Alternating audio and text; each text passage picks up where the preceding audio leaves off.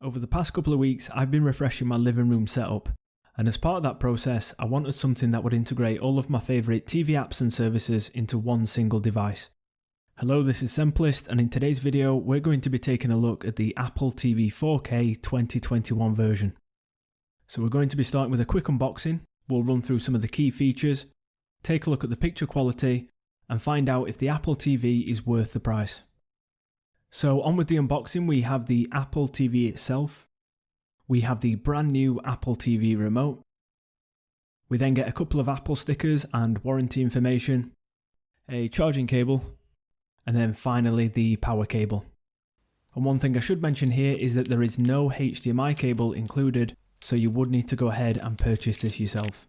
We have two different variations of the Apple TV. We have the 32GB version which I bought, and then we have a 64GB version. I paid £169 or $179, and the 64GB version retails at £189 or $199. So the Apple TV itself is fairly compact. It measures 3.9 inches in length and width, and then 1.4 inches in height, and weighs 425 grams. So it's actually the exact same dimensions as the previous model.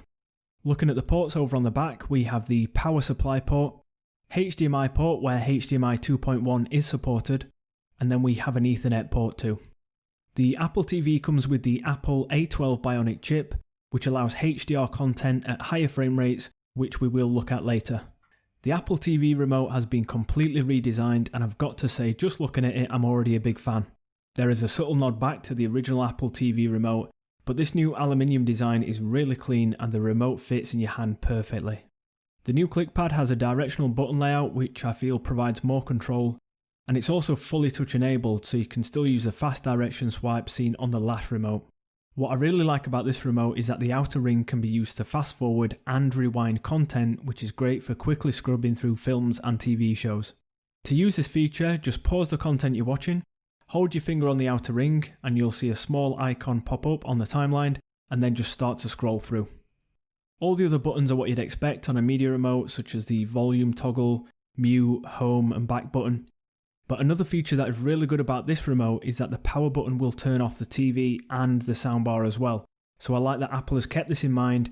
I have one remote and it suits all of my needs. The Siri button has now been located on the right hand side of the remote, so just like on the iPhones, it's there for easy access. And then finally, the remote is charged via the included Lightning connector charger, and Apple actually claim that a single charge will provide months of battery life with typical everyday use. Like with any Apple product, setup is really easy.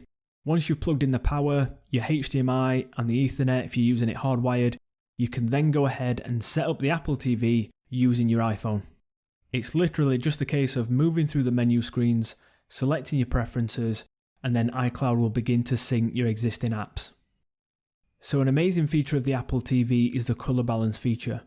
So this will use your iPhone's camera and proximity sensors to enhance the overall color grading of your TV's picture. The TV I'm using is the 2020 LG 55CX, which as standard is an amazing TV. The on-screen instructions will guide you to a target on your TV that will use your iPhone's camera to start measuring the color. And then what it'll do is use that data for your Apple TV to then automatically configure the output and produce the best picture quality possible. One thing to be aware of though is that this is only affecting the output from the Apple TV and not the TV itself. So when you do switch back to the TV or a console for example, you won't get that same picture quality. Looking at the user interface, if you've owned the previous Apple TV, there isn't much of a change to the overall OS. But I think Apple has always done a really good job of providing really clean and user-friendly interfaces.